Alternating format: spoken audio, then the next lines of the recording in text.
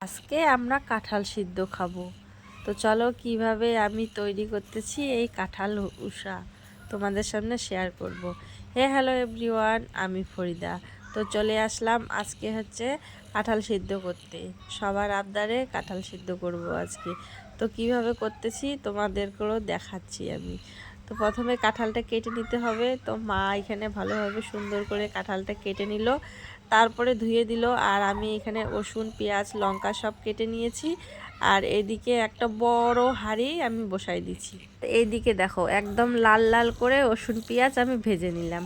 আর এখন দিব হচ্ছে কাঁঠালগুলো দিয়ে আরও সুন্দর মতো করে ভাজতে হবে। তো দেখো আমি কাঁঠালগুলো সুন্দর করে ঢেলে দিলাম। আর হাঁড়িটা দেখেছো তোমরা কত বড় দিয়েছি। এগুলো সব কাঁঠাল এখন সিদ্ধ হবে আর সবাই মিলে বসে খাওয়া হবে।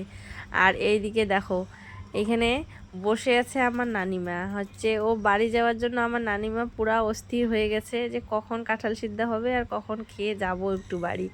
আমি বলতেছি কি দাঁড়াও দাঁড়াও, হয়ে যাবে তাড়াতাড়ি করে। আর এদিকে বাইরে আমার মেয়েও বসে আছে। এইদিকে আমি কাঁঠাল সিদ্ধ করতেছি আর আমার মেয়ে ওর মামিমার কাছে বসে আছে বাইরে, ও খেলতেছে কি সুন্দর করে।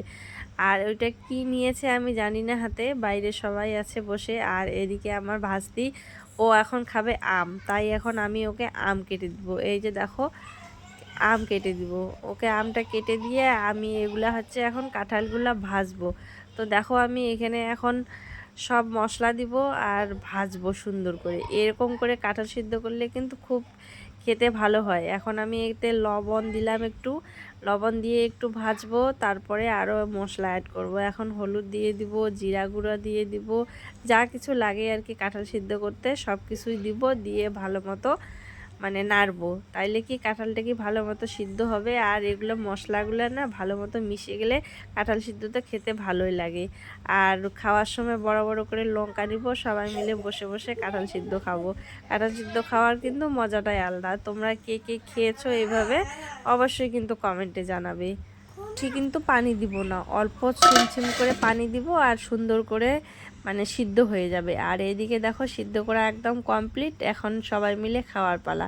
এই যে দেখো আমার নানিমা এখন খেয়ে বলবে যে কেমন হয়েছে। নানিমা তো বলতেছে খেয়ে যে খুব ভালো হয়ে গেছে। আর এদিকে আমার ছেলে দেখো সাইকেল নিয়ে, ও তো পুরা ব্যস্ত সাইকেল চালানোর জন্য। আর আমরা এখন সবাই মিলে কাঁঠাল সিদ্ধ খাবো।